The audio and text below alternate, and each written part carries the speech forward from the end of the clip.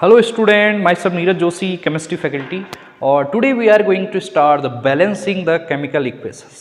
हाँ बिल्कुल सही सुन रहे हो, ये CBSE 10th बोर्ड से रिलेटेड बहुत ही इंपॉर्टेंट क्वेश्चंस बनता है। एक दो क्वेश्चंस तो आपके CBSE 10th में आती हैं कि भाई रिएक्शंस को बैलेंस करके मुझे दो, है ना। तो हेडिंग डाल लो बैलेंसिंग द केमिकल इक्वेशंस, है ना। हेडिंग डाल लो balancing the chemical equations, balancing the chemical equations।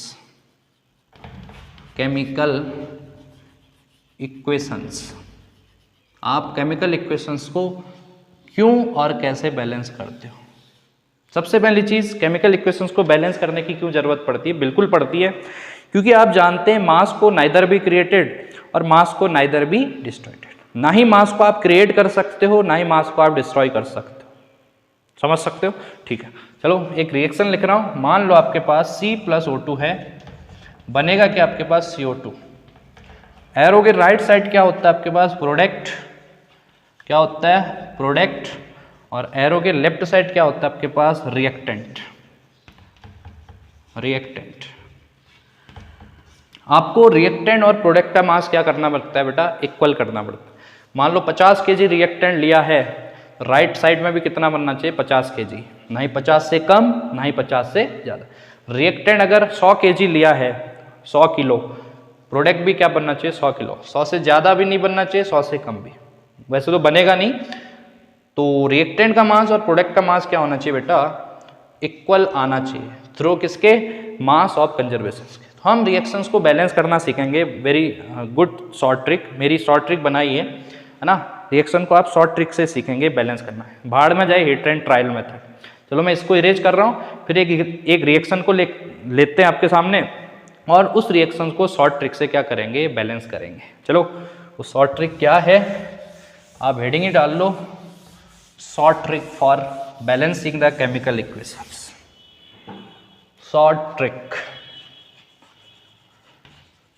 ये ट्रिक कभी भी फेल नहीं होने वाली है, क्योंकि ये मेरी बनाई हुई ट्रिक है और मैं कभी भी कोई चीज़ फेल नहीं होने देता।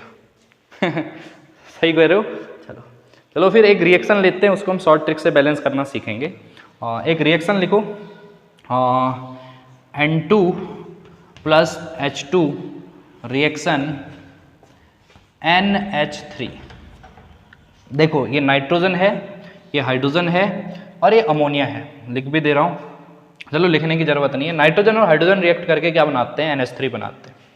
मैं बोल रहा हूँ इस रिएक्शन को बैलेंस करो, मतलब रिएक्टेंट साइड जितने एटम होते हैं ना बेटा, रिएक्टेंट के साइड जितने एटम हुआ करते हैं उतने ही क्या होने चाहिए, राइट साइड में। अगर रिएक्टेंट साइड 2 नाइट्रोजन है, मान लो N कितने हैं, 2, राइट साइड भी कितने होने चाहिए, 2। रिएक्टेंट साइड अगर 1 नाइट्रोजन होता तो राइट साइड भी कितना होना चाहिए था, 1। लेकिन इस रिएक्शन को अगर आपको बैलेंस करना है तो रिएक्टेंट साइड के एटम्स और प्रोडक्ट साइड के एटम्स को क्या कर देना, आपके पास बैलेंस कर देना है। चलो मेरी ट्रिक्स को समझो। सबसे पहले जब भी रिएक्शन आपसे कोई बैलेंस करने के लिए बोले तो क्या करना, ध्यान से समझना। जितने भी फॉर्मूले दिए हैं उनको ABC के फॉर्म में रिप्रेजेंट कर दो। किसके फॉर्म में, ABC के फॉर्म में रिप्रेजेंट कर दो। इसको A नाम दे दो, इसको B नाम दे दो, इसको आप C नाम दे दो। आगे भी होते तो ABCD चलते रहते। पहला काम कर सकते हो। दूसरा काम क्या करना, हर एटम्स की नंबर लिखते रहना। देखो लेफ्ट साइड नाइट्रोजन कितने हैं, देखो एक एक करके देखो, ABCD लिखते रहो। ABCD तो आती होंगी ना, चलो अगर ABCD आती है तो ऐसे लिखते रहो, कोई दिक्कत नहीं। अब क्या करना है, अब एक एक करके काउंट करना है। देखो नाइट्रोजन को देखो, नाइट्रोजन कितने हैं, लेफ्ट साइड नाइट्रोजन कितने हैं, ये मल्टीप्लाई हो जाता है 2 × A। लेफ्ट साइड कितने नाइट्रोजन है बेटा, 2A, 2 × A equal to right side कितने हैं, देखो यहाँ पर 1 होता है, 1 × C कितने हैं, राइट साइड नाइट्रोजन C है। बिल्कुल सही है, नाइट्रोजन क्या है, 2A = C। फिर हाइड्रोजन को देखो, हाइड्रोजन कितने हैं, लेफ्ट साइड कितने हैं, 2 × B, ये मल्टीप्लाई हो जाते हैं। नाइट्रोजन कितने हैं, 2 × B equal to right side hydrogen कितने हैं, देखो ये 3 है, 3 हाइड्रोजन और ये C है, 3 × C। राइट साइड में कितने बेटा, हाइड्रोजन C है। नाइट्रोजन है 2A = C, हाइड्रोजन है 2b इक्वल टू 3c। कर सकते हो। अब इस इक्वेशन में उस चीज को कॉमन लेनी है ना, उस चीज को कॉमन लेना है जो सब में हो या ज्यादातर में आया हो। बताओ ए इसमें भी है, ए इसमें नहीं है, सी इसमें है, सी इसमें है, मतलब जो दोनों में हो, मतलब जितनी भी आपके पास इक्वेशन है बने उसमें वो अल्फाबेट आपको फाइंड आउट करना है, वो अल्फाबेट ढूंढना है जो सब में आया हो या ज्यादातर में आया हो। तो देखो ए यहाँ पर इस पूरी इक्वेशन में ए है ना, 2 3 को भूल जाओ, ए बी सी डी को देखो बस। देखो इस पूरे में देखो ए दिख रहा है, बिल्कुल दिख रहा है। इस पूरे में ए दिख रहा है, बिल्कुल नहीं दिख रहा है। इस पूरे में सी दिख रहा है, बिल्कुल दिख रहा है। इस पूरे में सी दिख रहा है, बिल्कुल दिख रहा है। उस अल्फाबेट को ढूंढो जो सब में आया हो या ज्यादातर में आया हो, उसको 1 मान दो। क्या मान दो? 1 मान दो। तो बताओ मैं सी दोनों जगह आया ना, तो सी को आप क्या मान लो? 1 आ रहा। क्या मान दो? यहाँ पर मैं कैलकुलेशन कर रहा हूँ, सी की वैल्यू क्या मान दो आप? 1। जो सब में आया हो ना अल्फाबेट या ज्यादातर में आया हो उसको आप 1 मान लेते हो। सी सब में आया ना, तो सी की वैल्यू आप 1 मान दो। सी की वैल्यू अगर 1 है तो इसकी वैल्यू भी आप निकाल सकते हैं। सी की वैल्यू रख दो, ए भी निकल आएगा। तो सी की वैल्यू 1 आया तो ए की वैल्यू कितनी आएगी? 2a इक्वल टू सी कितना लिया हमने? 1। ए इक्वल टू क्या हो जाएगा बेटा? 1/2। ए हो जाएगा 1/2। चलो इसमें भी निकालो, बी निकाल सकते हो आप, बिल्कुल निकाल सकते हो। 2b इक्वल टू क्या हो जाएगा? 2b इक्वल टू 3 इंटू सी की वैल्यू कितनी ली थी हमने? 1। तो 2b इक्वल टू क्या हो जाएगा आपके पास? 3 इंटू 1 मतलब 3। और b इक्वल टू क्या हो जाएगा आपके पास? 3/2। ए निकल गया आपके पास 1/2, बी निकल गया आपके पास 3/2, सी आपके पास कितना है? 1 है। बस कहानी खत्म। सी, बी और ए की वैल्यू यहाँ रख दो, काम बन जाएगा। चलो मैं इसको इरेज कर दूं। चलो हमें तो वैल्यू ही चाहिए ना, ठीक है। तो बताओ फिर ए की वैल्यू कितनी रखूं? ए की वैल्यू कितनी रखूं? 1/2। यहाँ पर क्या रख देना? 1/2। बहुत बढ़िया। बी की वैल्यू कितनी रखूं? बी कितना है? 3/2। सी की वैल्यू कितनी रखूं? 1। समझ सकते हो? देखो ये अपॉन वाली चीज़ों को ना आप हटाया करना, हटा देना। देखो अब मैं इसको मिटा दूं क्योंकि इसका काम तो बन गया। बाहर में जाए जनता, ये तो बाहर में जाए जनता हो गया ना। चलो तो half N2 plus 3/2H2 reaction 1NH3 बना।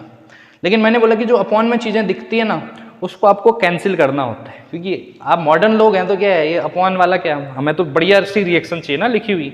इस अपॉन वाली चीज़ों को आप क्या करना चाहिए? हटाना चाहिए।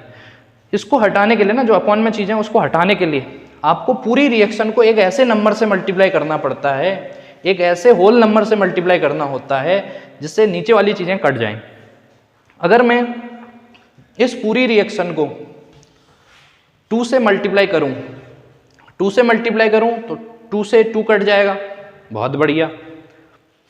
इस 2 से भी, मतलब हर किसी के लिए 2 लेना है। कट इससे ये कट गया तो अब ये मत सोचना कि इसके लिए 2 नहीं है। ये वाला जो 2 है, ये 2 है, इसके लिए भी पूरा 2 से मल्टीप्लाई करेंगे, इसको भी 2 से मल्टीप्लाई करेंगे, इसको भी 2 से मल्टीप्लाई करेंगे। इससे ये कटेगा, बचेगा क्या? कर लेते हैं चलो। इससे ये कटेगा, ये कट गया, 1N2 बचेगा। इससे ये कटेगा क्योंकि इसके लिए भी क्या है, इसके लिए भी 2 है। ये मत सोचना ये कट गया तो अब कहाँ बचा, ये मत सोचना। 2 से 2 कटा, इसके 2 से भी ये 2 कटा, बचा क्या? यहाँ तो कोई कटने वाली चीज़ है ही नहीं ना। यहाँ क्या हो जाएगा? डायरेक्ट मल्टीप्लाई हो जाएगा। तो बचेगा क्या? ध्यान से बनना। 2 से 2 उड़ा दिए आपने सब। तो देखो N2, 2 से 2 कटा, N2 बचा 1N2 प्लस 2 से यहाँ से भी 2 कट गया था, 3 बचा 3H2। ठीक है, रिएक्शन यहाँ तो कोई कट वट नहीं रहा था, सीधे ही क्या हो जाएगा? मल्टीप्लाई। तो ये कहाँ मल्टीप्लाई होगा? इस 1 से, तो 2NH3 आपका बन जाएगा। देखो रिएक्शन बैलेंस होगी, बिल्कुल सही बात। रिएक्शन क्या हो जाएगी आपके पास? बैलेंस हो जाएगी। कर सकते हो। चलो एक रिएक्शन और लें शॉर्ट ट्रिक से। आप भी दिमाग लगाना, मैं भी लगाता हूँ। चलो मैं इसको इरेज कर रहा हूँ। दूसरी रिएक्शन को भी आप शॉर्ट ट्रिक से सॉल्व करेंगे। देखो रिएक्शन लिखो, रिएक्शन लिखो। दूसरी reaction Fe plus H2O reaction Fe plus H2 reaction Fe3O4 plus H2, ये आपके पास गिवन रिएक्शन है। आपसे मैं बोल रहा हूँ balance this reaction, balance this reaction, balance this reaction. Balance करो, कैसे होगा? करने के लिए तो आपको करना ही पड़ेगा। बैलेंस करने के लिए Fe plus H2 reaction Fe3O4 plus H2, तो क्या मानेंगे? A, इसको मानेंगे B, इसको मानेंगे C, इसको मानेंगे क्या? D, ABCD मानेंगे। चलो एक एक करके चेक करो। देखो लेफ्ट साइड Fe कितने हैं? Fe कितने हैं आपके पास? लेफ्ट साइड देखो Fe कितने हैं? A, लेफ्ट साइड Fe कितने? A, बहुत बढ़िया। राइट साइड Fe कितने हैं? 3 इंटू C, राइट साइड कितने हैं? 3C। Fe के बाद H को देखो, H लेफ्ट साइड कितने हैं बेटा? 2 into B, 2B, equal to right side H कितने हैं? 2 इंटू D, बहुत बढ़िया। फिर H के बाद ऑक्शंस को देखो, ऑक्शन लेफ्ट साइड कितने हैं? O इंटू B मतलब B, राइट साइड ऑक्शंस कितने हैं?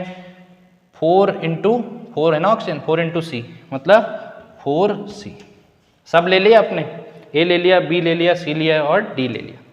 अब इन सब में उस इक्वेशन को लो, इन सब में उस इक्वेशन को लो जो ज़्यादातर में हो या सब में हो। देखो A इसमें भी है और जगह नहीं है, समझ रहे हो? C इसमें है, C इसमें है, बिल्कुल सही है। B इसमें है, B इसमें है, D इसमें है, D किसी और में नहीं है। मतलब C और जो B हैं, C और जो B है वो ज़्यादातर में है। C और जो B है, देखो A इसमें है और में नहीं है, C इसमें है और इसमें भी है, दो जगह C है। B इसमें है, B इसमें है, B भी दो जगह है, D इसमें है, D और जगह कहीं नहीं। मतलब B और C ज़्यादातर में आए हैं, और B या C में से किसी को भी 1 मान लो। जो ज़्यादातर में आए होते हैं ना, उनमें से किसी को भी आप क्या मान लेते हैं? 1। तो B और C सेम अमाउंट में आए, B भी 2 बार आया है और C भी 2 बार आया है, तो उसको क्या मान देना? 1। तो मैं मान लो C को 1 मान रहा हूँ। क्या मान रहा हूँ? C इक्वल टू 1 मान रहा हूँ। जब C इक्वल टू 1 रख रहा हूँ तो आप यहाँ से निकाल सकते हैं, A की वैल्यू निकालो। तो A इक्वल टू क्या हो जाएगा? 3 इंटू C, C की वैल्यू 1, तो A इक्वल टू क्या आ जाएगा बेटा? 3। समझ रहे हो? यहाँ देखो, आप इसको सॉल्व करो, पहले इसको सॉल्व करो B वाले को, ताकि इसमें B की वैल्यू रख दें। यहाँ रखो B इक्वल टू क्या हो जाएगा? B equal to 4 into C की वैल्यू कितनी ली है? 1, B इक्वल टू क्या आ जाएगा? 4। इसको निकालो, B आपने निकाल ही लिया, D निकालो। तो 2 इंटू B की वैल्यू कितनी है? 4, 4 इक्वल टू 2 इंटू D की वैल्यू कितनी है? D की वैल्यू कितनी है? D निकालना है ना, 2 इंटू D। तो D अगर निकालना है तो D निकालना है तो क्या हो जाएगा? 4 2 जा 8, और D के देखो ये हो जाएगा 2D, 2D बराबर क्या हो जाएगा? 8, तो D बराबर क्या हो जाएगा? 8/2। ये D इक्वल टू क्या हो जाएगा? 8/2। A भी निकल आया, D भी निकल आया, B भी निकल आया और C भी निकल आया। बाकी को छोड़ो, हमें ABCD तो चाहिए, बाकी को मिटा दो। इतना पोर्शन आप मिटा दो।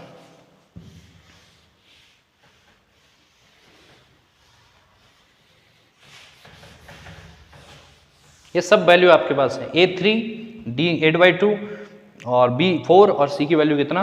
1 कर सकते हैं। अब रखो फिर वैल्यू सबकी जगह रखो। चलो मैं इसको इरेज कर रहा हूँ। A की जगह कितना रखोगे? 3। B की जगह कितना आया था? B कहाँ है? 4। B की जगह कितना? 4। ठीक है। D की जगह D 8/2 आ रहा है। D क्या है? 8/2, 8/2। C कितना आ रहा है आपके पास? C आ रहा है 1, C आ रहा है 1। सबकी वैल्यू रख दी। आप अपॉन वाली चीज़ों को क्या करना चाहते हैं बेटा? हटाना चाहते हैं ना। अपॉन की चीज़ें तब हटेंगी जब पूरी रिएक्शन को किसी वैल्यू से मल्टीप्लाई करोगे। देखो हो क्या रहा है, ध्यान से बनना। अपॉन की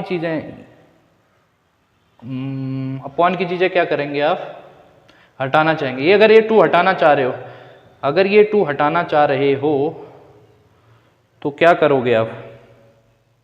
इसको आप ये भी लिख सकते हैं 8/2 का मतलब आप इसको क्या लिख सकते हैं 4 भी लिख सकते हैं, टेंशन नहीं लेना है। मैंने वो 8/2 और शॉर्ट कर सकते हैं। 8/2 का मतलब क्या हो जाएगा बेटा 4, ठीक है। तो यहाँ पर अपॉन में कोई चीज़ बची नहीं रही है, अपॉन में कोई चीज़ नहीं बच रही है, तो इसका मतलब ये रिएक्शन क्या है, बैलेंस है। अपॉन में कुछ नहीं है ना, इसका मतलब ये क्या रिएक्शन है, बैलेंस है। चेक कर लो, 3 Fe left side, 3 Fe right side, 4H2 मतलब 8H left side, right side भी 8H, ठीक है। और ऑक्सीजन कितने, 4, लेफ्ट साइड में कितने हैं, 4 ऑक्सीजन। बैलेंस के रिएक्शन के आपके पास बैलेंस है। तो ऐसे ही आप रिएक्शंस को मेरी शॉर्ट ट्रिक से निकालना, आपको हिट एंड ट्रायल मेथड की ज़रूरत नहीं पड़ेगी। हिट एंड ट्रायल मेथड से बहुत गलतियां करते हो, ये मेथड आपके लिए बहुत ही क्या होगा, हेल्पफुल होगा। Thank you for watching my video. अगर आपको वीडियो सही लगती है तो आप वीडियो को ज़्यादा से ज़्यादा लोगों तक शेयर करो। Thank you, thank you, thank you, thank you.